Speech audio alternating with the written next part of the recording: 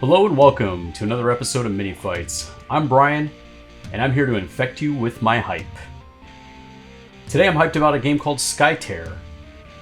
And I think the first thing we need to address, the elephant in the room, is that there are two hybrid miniature board game type games that have come out very recently. They are both hex-based, they are both MOBA inspired, and they both have the word T-E-A-R in them. This is Skytear as opposed to God Tier. Skytear plays more like a traditional video game MOBA than God Tier does. They're actually very different games. They're both pretty awesome, frankly. I've played them both probably about 5 to 10 times each. Now, this video is going to be entirely about Skytear, its interesting combination of card and miniature mechanics, and a review of the contents of the box. We're going to unbox the game, as we already started to do here, and started flipping through the rulebook. We're going to talk about the game components, my experiences with playing it a little bit so far over Tabletop Simulator, and why I think this is a game that you might be interested in. So getting started, we open up the game, and we're going to pop the board out. And it's, nice high-grade, thick cardboard components, good stuff. It's not flimsy at all. The board actually has two sides. There's basically two sizes of game you can play. There is a 2-lane map, which is what we were just on, or you can flip it over to play a 3-lane game. A 3-lane game is basically more models and will take you longer to play. And looking at components here, you can see some of the status effects, the various champion and hero icons, things like that.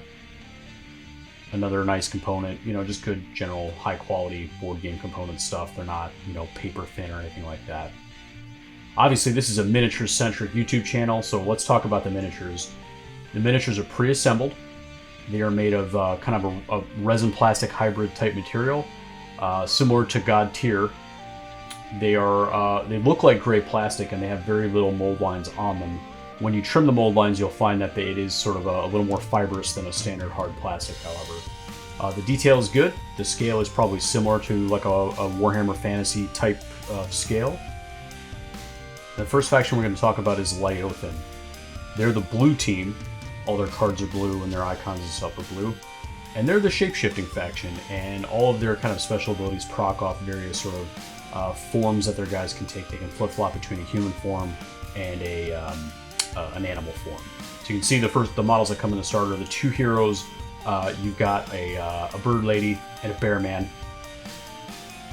Those are obviously their sort of shape-shifted forms. Those four little guys in front are the minions, and like a MOBA, they are sort of almost in a different scale. They're just like up to the waist height of the heroes.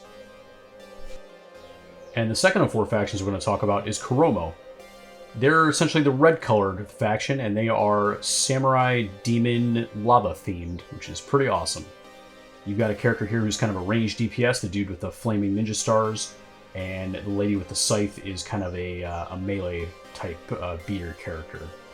This is sort of the DPS faction in the game, so they're going to be dealing with high damage, but not maybe be as subtle as some of the other guys.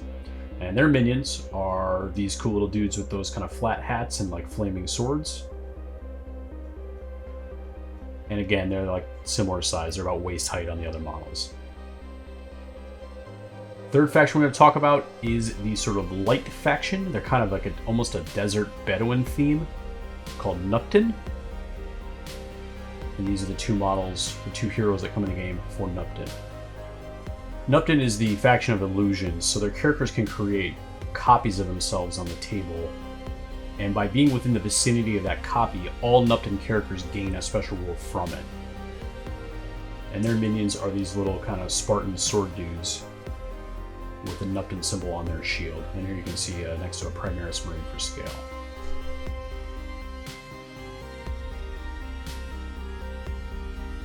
And the fourth faction in the box, and my personal favorite, are the Taula, or Taulo, not really sure how to pronounce it. They're the green faction. They are Aztec/Mayan themed. Very obviously within the art and the miniatures, you kind of get that vibe. And their mechanic in the game is that they drop pillars, which are tokens on the table, and they can essentially spend those pillars and replace them as a mechanic, and that will trigger effects on their cards. They also sometimes gain passive effects from being near the pillars.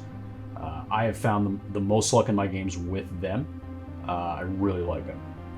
And their minions are these little Aztec rock men. I don't know if they're carrying a rock. I don't know what they're doing there, but they're cool. The reason the minions are smaller is that you can actually put 3 of them in one game hex. Now this dude, this is the outsider. And you saw on the first map that has 2 lanes. There's a big open area in the middle, and it's referred to as the dome. And if you capture that, you can actually control the outsider, who takes 3 hexes on the table, hence his sort of unique base.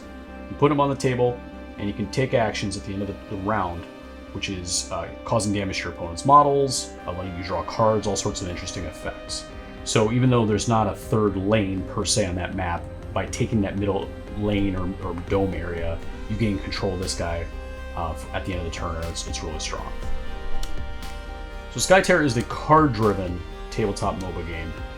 And we'll get more into the cards in later videos as we discuss deeper in the game, but you build a deck in this game, so there's a deck building component, and the deck drives a lot of your sort of spells, your hero's ultimates, your ability to contest the lanes and sort of win conflicts and push the battles towards your opponent towers, which is one of the win conditions in the game, is breaking through the towers and killing your opponent's nexus. This game has 3 additional win conditions besides killing the nexus, and they're randomly generated using a deck of 10. And the replayability of this game comes from the broad array of heroes that are available, because there's more stuff available outside of this set, the huge array of cards you can build your decks from, and that the game is never really the same twice because of the varied missions. You basically pull 3 win conditions out of the deck randomly, and those will drive what you and your opponent try to do. You can also win by killing the nexus, but typically that's harder than one of these win conditions. So the game tends to be pretty different each time because of that. So what are my plans for this game? First up is I'm going to start painting the factions individually. So I'm going to pick a color and paint them and obviously record it and post it for you guys. After that, once we can actually play games in person, which hopefully will be soon, we'll see. We're going to go ahead and play some games in person, record those in the typical style that we record them in, like the Marvel Crisis Protocol battle reports and things like that. So that's really exciting. Additionally, we may play some Tabletop Simulator games in the interim. The Tabletop Simulator mod for this game is absolutely incredible, and I highly suggest, if you have Tabletop Simulator, go get the mod for this game and just look at it. It will pique your interest just looking at it. It has 3D scans of painted miniatures. It is rad. I also suggest going to playskytear.com. It's probably the most comprehensive website I've ever seen for a tabletop game. It will tell you anything you need to know. Thanks so much for watching. We're going to be coming at you soon with some painted Skytear tutorial time-lapse videos. See you then.